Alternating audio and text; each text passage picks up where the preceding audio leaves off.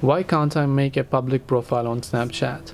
Hey everyone, welcome back to our channel. In this video I'll guide you on how you can figure out if you cannot make a public profile on Snapchat, so make sure to watch the video till the end. So if you have the Snapchat application installed over here and then you would like to create a public profile, what do you normally do? You come to your Bitmoji page and here you'll find the option called create a public profile. But if for some reason you're not being able to find that option, what do you do?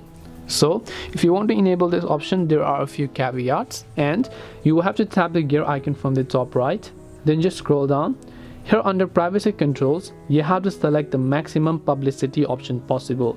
So who can contact me? Out of friends and contacts and friends, you can select friends and contacts or friends also. Or you can select who can use my Bitmoji avatar from only me and friends, which is the maximum least privacy. You can select my friends here. And out of view my story, you can just set this to everyone. And who can see me in quick add, set this to show me in quick add. After that, relaunch the Snapchat app and you should be able to find this option called create public profile. This way you'll be able to create a public profile on Snapchat. Hope this video was very helpful. If you have got any more questions, feel free to leave them down below.